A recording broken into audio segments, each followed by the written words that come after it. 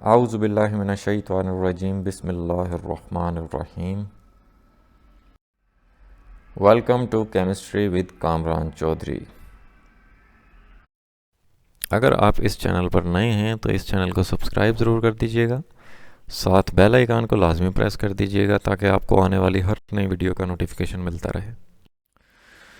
तो मेरे बच्चों, कंसेप्ट्स ऑफ केमिस्ट्री में ना आज हम एक क्लास 9 के लेवल का क्वेश्चन है उसको डिस्कस करेंगे।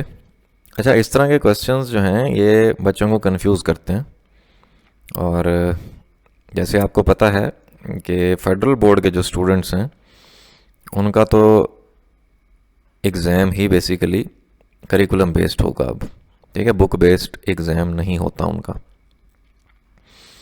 सो इस तरह के क्वेश्चंस जो हैं आने के चांसेस ज़्यादा होते हैं, तो इसको समझ लीजिएगा।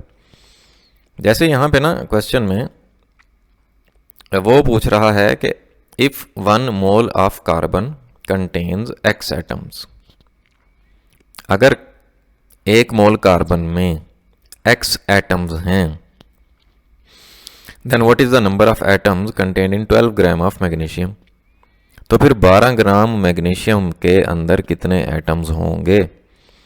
सो इस तरह के कंफ्यूजिंग स्टेटमेंट वाले क्वेश्चंस जो हैं ये आप लोगों को सॉल्व करने का तरीका आना चाहिए इनका, ठीक है। सो इसी क्वेश्चन को हम लोग देखेंगे आज के लेक्चर में। सो क्वेश्चन मैंने आप लोगों को समझा दिया कि कार्बन के आपके पास 1 मोल है और उसमें x एटम्स हैं। नंबर ऑफ एटम्स आपने कैलकुलेट करने हैं इन 12 ग्राम ऑफ मैग्नीशियम, ठीक है। सो देख लेते हैं जी इसका सोल्यूशन।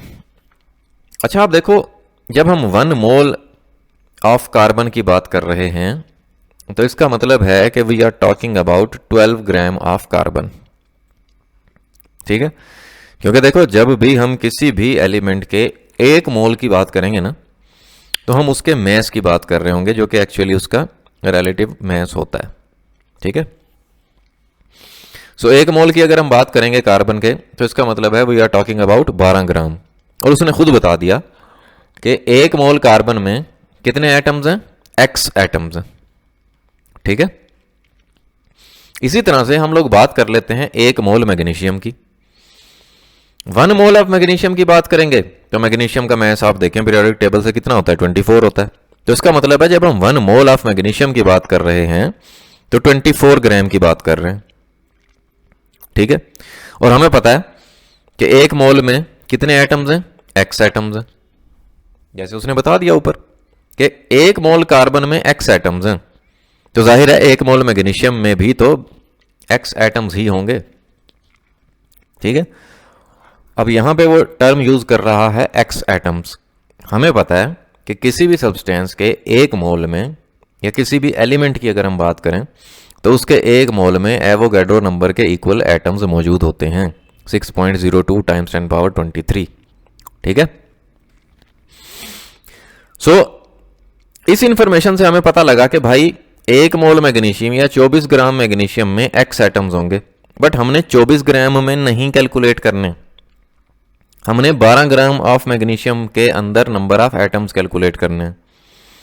तो देखो यहां पे है 24 ग्राम, 12 ग्राम इसका एग्जैक्टली हाफ होता है। तो मैं क्या करता हूं, मैं इस वाली इक्वेशन को ना हाफ कर देता हूं, 2 से डिवाइड कर देता हूं।